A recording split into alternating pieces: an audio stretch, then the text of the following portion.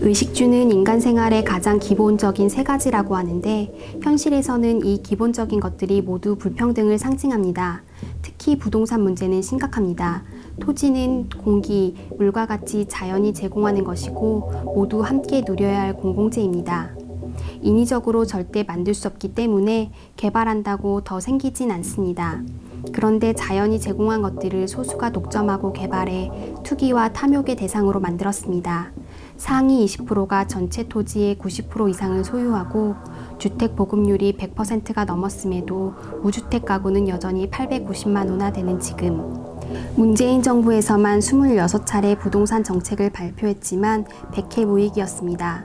이젠 부동산이라고 하면 투기, 독점, 불로소득, 비리, 범죄를 떠올리고 정부의 대책을 믿지 않습니다.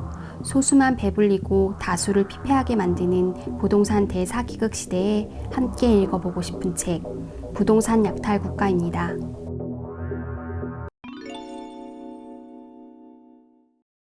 안녕하세요. 오늘 함께 볼 책은 대장동 사태 1년 전인 2020년 출간된 아파트는 어떻게 피도 눈물도 없는 괴물이 되었는가 라는 부제를 붙인 부동산 약탈 국가입니다. 이 책은 부동산 가격 폭등은 정부가 주도하는 합법적 약탈이고 이 약탈은 폭력적 약탈보다 더 나쁘다는 이야기로 시작하면서 정부의 부동산 대사기극의 현실을 고발합니다. 저자는 진보, 보수 정권이 번갈아가며 합동으로 합법적 약탈의 역사를 만들어왔다고 하지만 여기서 우리는 과연 진보 정권이 있었는지 되묻고 싶습니다. 이 책은 다양한 저서, 언론 보도, 통계, 보고서 등을 통해 정부의 부동산 문제를 아주 진지하고 성실히 다루며 바꾸길 희망합니다. 내가 아무리 떠들어도 달라질 게 없을 망정 나는 약탈의 피해자들이 자기 탓을 하는 것만큼은 그만두길 간곡히 호소하고 싶다. 분노해야 마땅한 일에 자기 못난 탓을 하는 사람들이 달라지지 않으면 이 지긋지긋한 약탈 체제는 결코 끝나지 않는다. 약탈의 기득권자들이 스스로 약탈을 중단하는 법은 없다.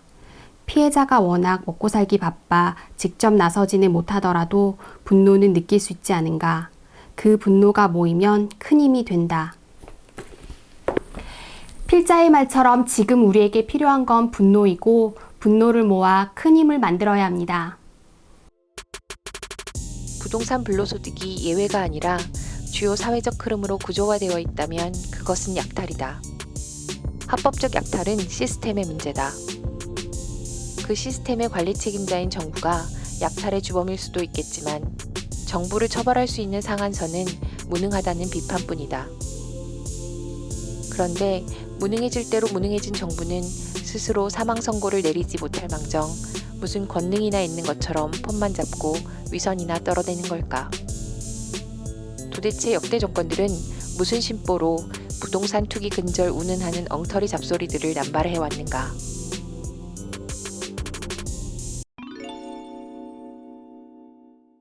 (1960년대부터) 서울, 수도권을 넘어 지방에 이르기까지 굵직굵직한 부동산 개발은 모두 정부 주도입니다. 지방정부도 이에 뒤질세라 여기저기 땅 파서 똑같은 개발과 아파트를 찍어내기 바쁩니다. 어느 동네에 어느 아파트에 사는지가 개인의 품격을 대표하는 시대가 돼버렸습니다. 아무리 근사한 이름을 갖다 붙여도 같은 모양, 같은 크기를 가진 획일적인 아파트에서 품격을 말하는 건 천박하고 우스운 착각일 뿐입니다.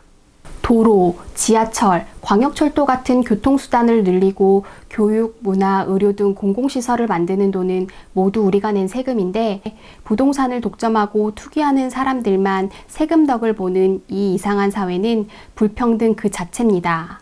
재벌에서 시작한 부동산 투기라는 탐욕이 상류층과 고위층을 거쳐 중산층까지 확대되었습니다.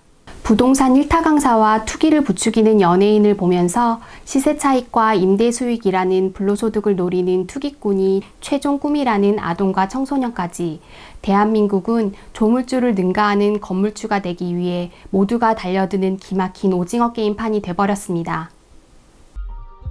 2008년부터 2018년까지 10년간 공급된 주택 489만 호의 절반인 250만 호를 다주택자가 사재기했고 이 가운데 200만 호를 자가 보유자 상위 10%가 사들였다. 10년 사이 전체 주택 가격은 3,100조 원 증가했고 1인당 평균 증가액을 보면 자가 보유자 전체는 2억 원, 상위 10%는 5억 원, 상위 1%는 11억 원이었다. 신규 주택 공급은 기득권을 더욱 살찌우는 먹잇감이 되었다는 얘기다. 공급론에 속지 말자. 수도권 신도시는 집값을 잡기는커녕 더욱 끌어올리는 마중물이 될 것이고 지방 소멸을 가속화할 것이다.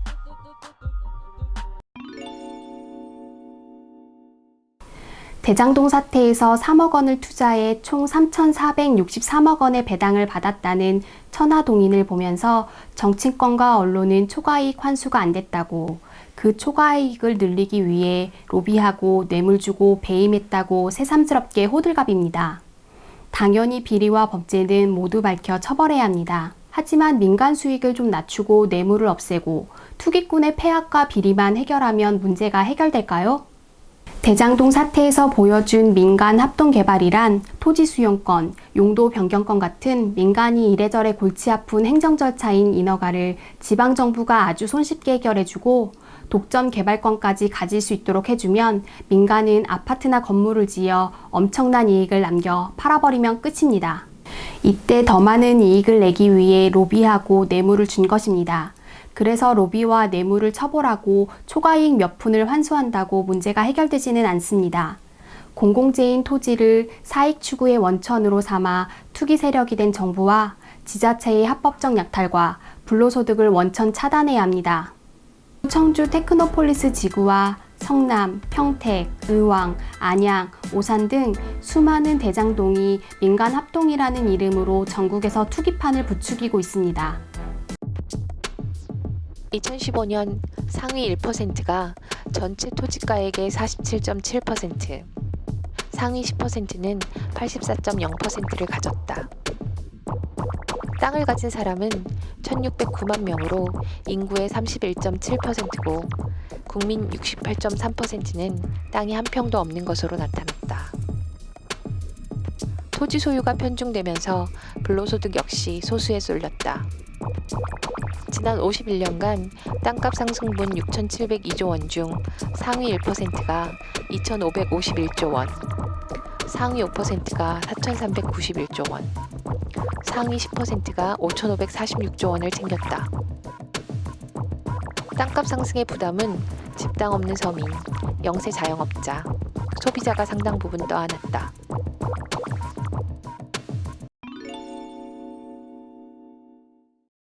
정부가 온갖 미사역으로 치장해 투기판을 깔고 불로소득을 부채질한 부동산 대사기극은 불로소득을 만드는 합법적 약탈의 주범입니다. 재벌, 금융, 투기꾼, 정치꾼, 고위공직자들은 이 약탈체제의 최대 수혜자로 서민들의 삶을 짓밟았습니다.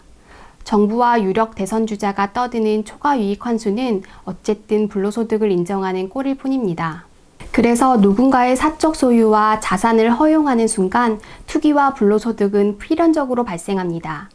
토지가 탐욕의 대상과 거대한 불로소득의 원천이 되지 않도록 토지 공유제로 사회 전체가 토지를 민주적으로 관리 운영해야 합니다. 주택은 투기를 위해 사고 파는 상품이 아니라 인간이 기본적인 주거 생활을 누릴 수 있는 공공재가 되어야 합니다.